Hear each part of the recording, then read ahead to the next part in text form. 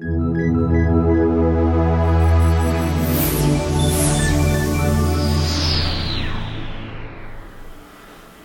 afternoon, everyone. Scott Gallagher here with Local Marketing Source, bringing you our weekly local internet marketing update. Now, next week's LMS faculty call is going to be March 13th at 4 p.m. Eastern, and the LMS membership provides access to our portal, our private Facebook group, videos, training material, and our private members portal. Now, this week we've got a few different things to update, and I've got some very fun tips to be able to talk about.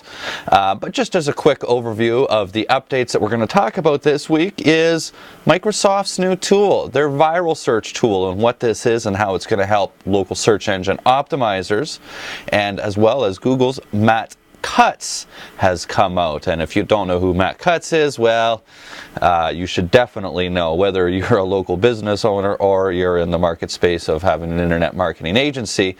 Matt Cutts is like the SEO police, and he's got his own patent out now. And finally, last week I was talking about this UK company called Interflora and what they're up to and why they lost all the rankings and what has happened to them in the last couple of weeks and what changes they've done. So there's a lot of importance to be able to check up there. Now, some of the tips that we're going to talk about this week, local business tips. Well, last week it was a fun week. Have you ever Googled your own name? Well, one day I went ahead and I Googled my own name, Scott Gallagher, and ended up meeting somebody that has become a friend of mine. Well, we're inviting him into Local Marketing Source, and he's an addiction expert at different things. He's been able to teach me a few different, we'll say, habits in business that I've carried over and have really hurt me in different ways. In any event, these are things that we talked about last week, and this week I want to get a little more technical, get back to the technical aspects, and talk about local networking for citation acquisitions and Google growth.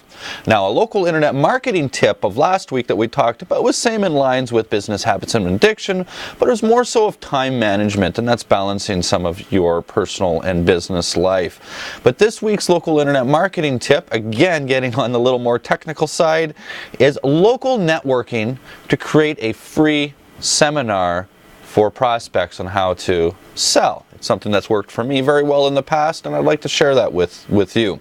Now, what's going on inside the LMS Facebook group this week? It's been a very active group. There's been a lot of activity, but I want to give a special extended thank you to Tisha for posting a whole variety of different tools and resources. She's been very active in the LMS Facebook group over this last week, and it's something that you guys should all go and check out and participate in. Ask your questions, and we'll get your answers there live. Now, I talked about the tip of local networking for citation acquisition and ranking. Well, what is this? Networking, meeting with people. What are citations? They're web references of your business on the internet. Getting high rankings. Well, that's being found number 1 or number 2 in Google for searches. If you're a chiropractor in the Chicago area, one of your keywords is going to be Chicago chiropractor. Well, that's coming up number 1. And what does that have to do with local networking? Well, it really has a lot to do with old school marketing. And one thing that we know about marketing is the best form of marketing that exists out there is word of mouth. Getting yourself out there in front of people. You can try to sell stuff all day long, but until you can establish that relationship and the fact that you remove the barriers of the phone or the internet, we know there's 3 different ways to influence human behavior. And selling somebody on something is ultimately influencing their behavior to make a decision, either to purchase or not to purchase, right? Well, those 3 things that we have is our physiology, our tonality, and the words that we use. And just like typing an instant message, those are the words we use. That represents about 7% of our ability to influence that behavior of somebody. Our physiology, what we see, sorry, not our physiology, I should say our tonality. You know, I want to go to the store, or I really want to go to that store. I said 2 different things using the exact same words, but I changed my tonality. And that represents about 35% of the weight of influencing human behavior. But your remaining 58%, comes in our physiology. That's me waving my hands. That's me showing different facial expressions and rolling my eyes that I've been told I've done in the past by people that are close to me. But it is what it is, and these are things that we exert and things that we do with our physiology. And ultimately, networking is just that. Well, that's why closing rates are so much better for face-to-face salespeople as opposed to telemarketers on the telephone or email marketing, especially non-permission based email marketing. That's that little 7%, and that's why we got to send out tens of thousands of emails to get a couple of recognitions here and there. But nonetheless, networking has always been effective to grow businesses in any which way. There's all different types of networking groups out there. There's a whole variety of nonprofit groups. With the growth of websites like meetup.com, you now have got the ability to create these groups in practically real time. But there's still some old school aspects of networking groups that exist. And one of my favorites has always been the Chamber of Commerce. Yes, it's an expense for your local business, but my Chamber of Commerce, it's somewhere around $20 and change per month. A chamber membership with the local Chamber of Chicago might run you around $50 a month. But what you're going to get for that, you're going to get a lot of different exposure. And here's an example. You're going to get your business cited on there. A citation is a web reference, whether it's a link back to your website or it's exposure that's out there. But you leverage that channel, you've got the ability to create content and get the exposure through the chamber for free. A lot of these guys put out publications monthly, or they've got aspects on their website where you can go and create content. Well, what do I mean by this? Let's say you're a plumber in Chicago and it's wintertime and we know it gets cold here. We know certain pipes freeze in our cottages and our camps and whatnot, or, you know, a little trick of putting salt down the toilet to help the stuff from not freezing.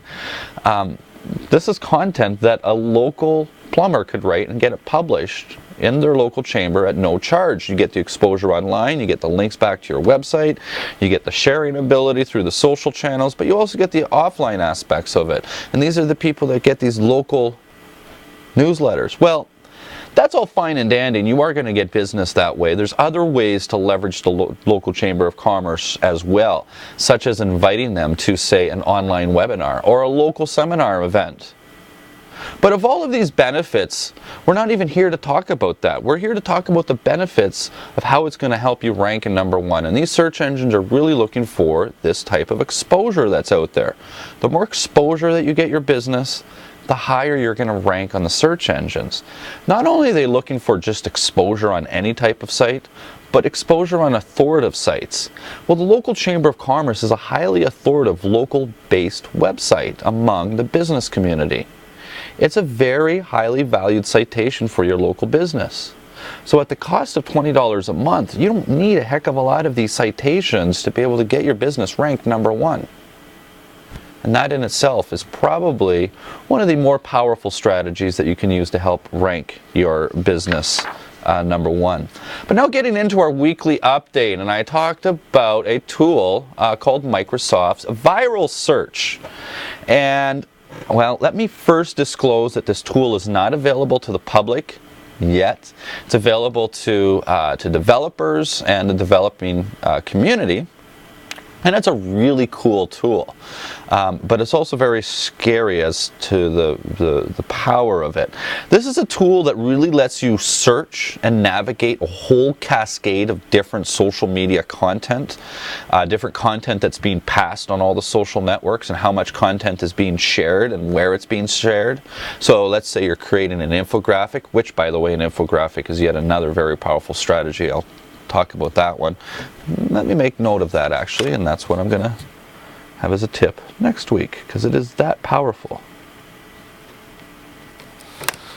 I love just stopping stuff in midstream. ViralSearch, it allows you to analyze a whole different variety of pieces of content too, like news, images, video, different photos and graphics, and yeah, I said images, right? Photo, graphic, image, same thing. And to see how much that content really is being shared among a whole variety of different social networks. Now, what's cool or intriguing is Facebook's partnership with Microsoft and Bing. We know that they're deeply in bed together in different ways. They don't fully disclose as to what type of information is being shared among them. Nonetheless, there is information being shared. So, all right, and moving on, we've got Google's Matt Cutts. And Matt Cutts is the head of web spam over at Google. Matt has been with Google for quite some time, and he's a face of Google. He's a spokesperson for the company that discusses a whole variety of spam. And his job really is in the core Google search. It's his job to make sure that shit doesn't show up in the search. Well, that's almost a tongue twister. It's a good thing I'm not being regulated by the FAA. But that's his job, is to ensure that there is clean information throughout the search engines. Some of you may call me a search engine optimizer. I'm not a search engine optimizer.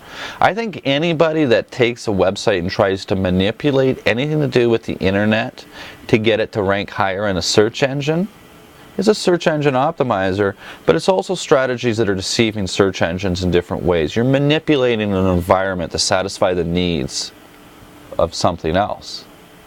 Have I ever done that? Well, of course I've done a lot of that. That's a lot of how I learned SEO and how I realized that search engine optimization is really not a magic bullet of manipulating this on my website and tagging this with that tag and getting this core information in there. I still bang my head against the wall that that actually exists in our industry, that these words like search engine optimization still actually exist, and this is what people do. There's a small number of internet marketers or search engine optimizers that exist today that really look at the core of what we're trying to do, and that's create effective marketing material to get high rankings. Well, it's Matt's job to ensure that search engine optimizers don't really exist. Those people that are manipulating a search engine. Of course they want people like us that create good, effective marketing. You know, we don't go in and create a whole variety of links to a business website. We ensure that the customers that they've got, that it makes it easy for their customers to leave reviews. You're leveraging happy customers. I mean, businesses have been doing that for a long time. You find out who your top customers are, you go and wine and dine them. You go and take them to the golf course and have afternoon tea with them, and you send them birthday cards and whatnot. And you know, business 101 is take care of your best customers. Well, you follow all of those 101 rules in business and you're going to end up ranking very well anyhow. At the end of the day, that's what it is. You know, marketing. You go to the American Marketing Association, AMA. I think it's AmericanMarketing.com. And their definition of marketing, I'm not going to give it to you word for word, but it goes something along the lines of creating content that has value for its users, prospects, customers, and an industry at large. And in turn, taking that content and making it readily available for the audiences at hand. Well, basically, all that is saying is the people that are going to consume the information that's important to, make that information available for them to consume and get that information in areas where they're going to read it. Whether it's your local library down the street, your chamber of commerce, your local newspaper, your business's website, Google, Yahoo, Bing, Yelp, City Search, Andy's List, all of these different sites that exist out there. These are areas that people are going to consume information. Don't go and put it on a directory of some Chinese-based website because it's going to be some link back to your website that one day Google was actually recognizing that and influencing your rankings. Just makes no sense. Well, you follow the definition of the American Marketing Association that's been in existence for decades, and you apply that to your internet marketing strategy, guess what? You're now an internet marketer and not a search engine optimizer. So Matt Cutts, well, it's 2013. I'll tell you a little secret about Google. After being in this business for 7 years, Google allegedly has some of the smartest, brightest scientists on the planet, right? The only other organization that the media, the world has told us has brighter and better scientists would be NASA. They're right up there. And I can't tell you how many times I've friggin' bang my head against the wall going, why are they still here? Why in 2013 is Matt Cutts getting awarded and patented by the United States of America on detecting hidden text and hidden links on a web page? This is stuff that we've been influencing the search engines for since 2005, for 7-8 years now. And they're just starting to figure this out. Granted, the patent was applied for in 2009, so what is it, a 3.5 year process in the United States to get a patent? But even still, they're not that far advanced.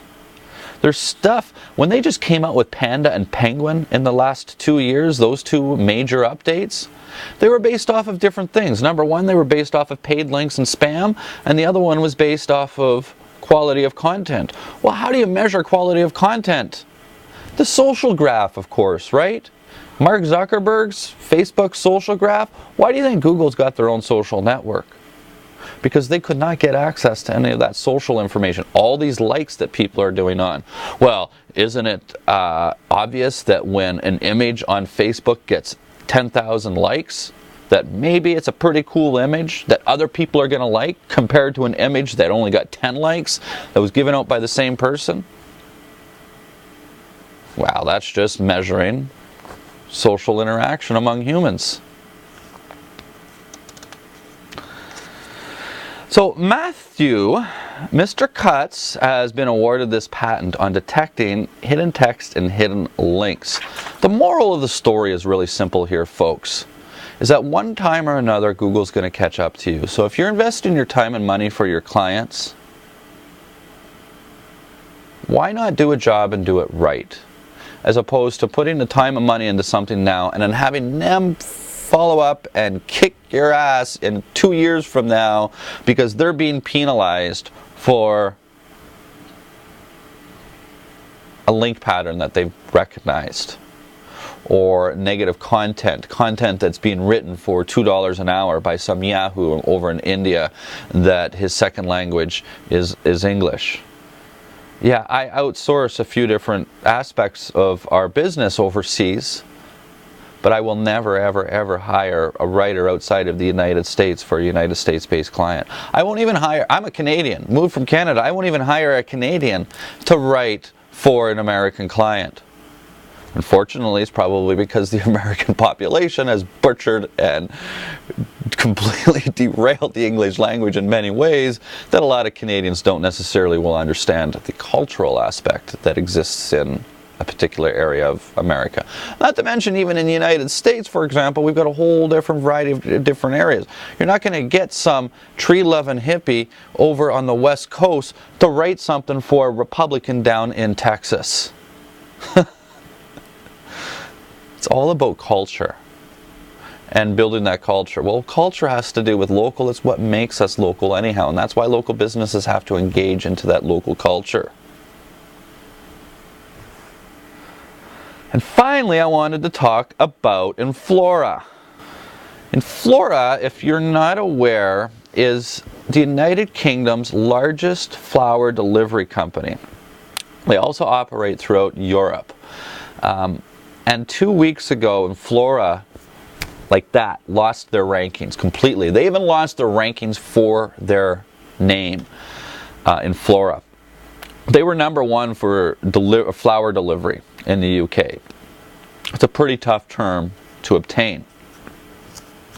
And they lost it all. And what happened? Well, obviously the SEO community jumped on this one immediately and started to take a look. And what's interesting is after 2 weeks, 3 days ago, their rankings came right back to where they were. Right back. So the question becomes, was this a manual intervention from Google? We know that the Google algorithm takes up to 6 weeks to propagate anyhow, so within a 2-week period to have that type of fluctuation, it's likely impossible. Doesn't mean that it is. Their propagation period for major sites is absolutely reduced in many different ways, but that's besides the point. And Dan Kennedy really started to make his name back in the early 80s, late 70s, when he first invented or coined the term of an advertorial. And it actually happened in a little bit of a sense by fluke. And there was a flooding in Manhattan, and he had a jewelry store, and he approached the local media and said, with this story, why don't you tell them that I've got to get rid of all of my inventory here. I'm selling at below cost. I'm not really making money here. Just maybe enough cash to pay some bills, but there's no profit here. And they said, well, we need to be paid. And he said, okay, fine. So he paid them, and he wrote the story. And in that story, he said, big flood was going on, all these stores were hurt, and all this inventory exists, and we got to get rid of it at 50% off. Come and see it. Well, that was where advertorials were originally coined and invented. And since then, the United States has, created different laws that say this is a paid advertisement and whatnot. But those don't extend to the internet in the same way that they do in printed material. And ultimately, a lot of so-called stories, more than you know, are paid stories that exist out on the internet. It's so difficult to really trust the source of information. But it takes companies like Google to be the police of that and ultimately hurt websites that have deeper pockets for these. And it turned out that Interflora had 13 advertorials that had just recently gone up, and their link count from 2 weeks ago was only dropped by 122 links out of several thousand links that they had. Now, of course, there was some fluctuation, but looking into some of those links, still a good portion of their links are still looked at as spammy links according to some of these link tools that exist out there. The detox tool, as a matter of fact, indicated that there was 39 and change % of their links still would not qualify as quality links inside the detox tool. They likely used the Google link disavow tool, as well as there's evidence to be found based off of some of the free blogs that they've seen that they had some links pointing to. All of those advertorials, by the way, have been completely removed. Google got an additional reminder out to spread, so it's very possible that this could have been either A, a collaboration, or B, that Interflora was used just to share their message, just to be able to get Google's message out there. They got global press coverage from it.